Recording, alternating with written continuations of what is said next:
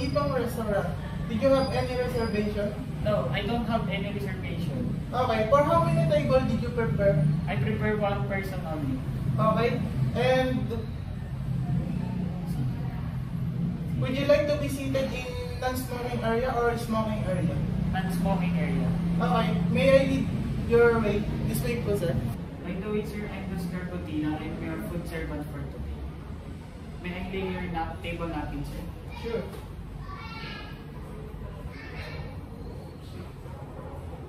Thank you. Excuse me, sir. Here's your water.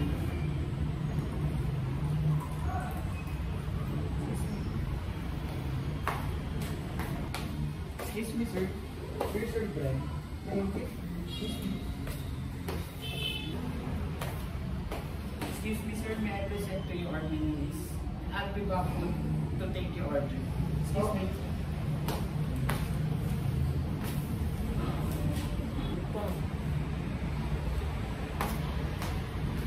Excuse me, sir. May I take your order? Can I have a grilled pork belly, some fish cracker, and crispy donut? Would you like to try our best seller, sir? The corn soup. Sure, can I try that? What is your best seller for wine? The Carlos Grassi. It complements your main course, which is grilled pork belly. Okay, I will take that. By the way, sir, do you have any special requests? No. May I clarify your order, sir? The appetizer is fish cracker, and for your soup is corn soup, and for your salad is cucumber salad, and for your main course is grilled pork belly, and for your dessert is crispy donut, and your wine is Carlo coffee. Okay. Right, ma'am? Your food will be served by 10 minutes to 15 minutes. Okay. Thank you. Thank you. Excuse me, sir. Please proceed. Thank you.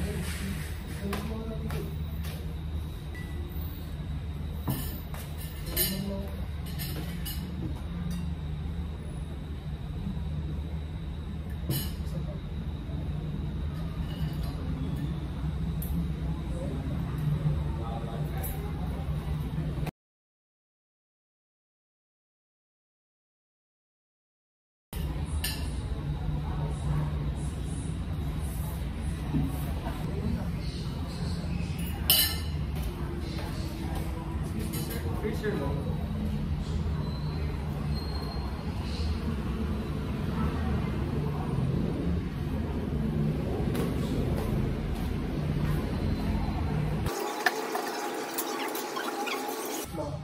Sasanado ko mo. Cup ko na lang. Siyempre mo na, para ko na rin nagkakaroon sa mga.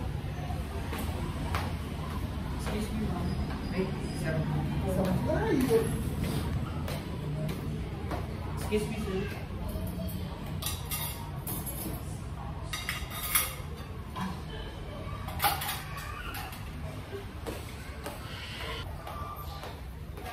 Excuse me, sir.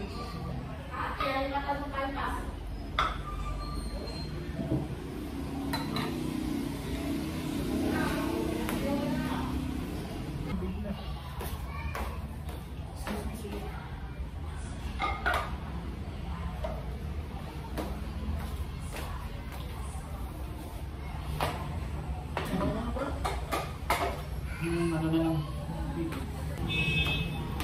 Excuse me, sir. This is your total bills.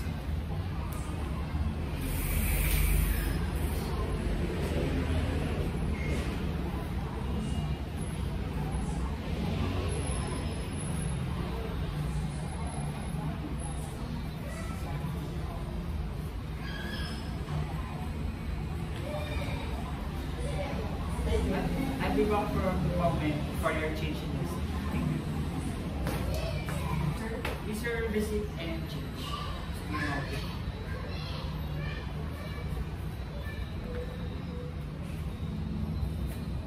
Here's your tip. Thank you for serving me. This is your food.